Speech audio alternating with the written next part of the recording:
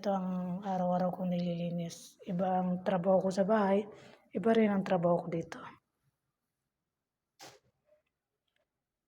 Napakagandang puno. Maliit lang siya guys, ang ganda. Bili ng bili ang amo ko ng mga ganito. Tapos, hindi rin niya dito. Kaya iniiwan, dinadala ulit sa bahay. Sayang lang ang pera niyang pagbili. Ito matagal na to siya mo guys. Patay siya. Hindi ko alam kung bakit. Kasi hindi nila binubuhusan ng tubig eh. Ngayon may tubig na. Binuhusan nila lahat.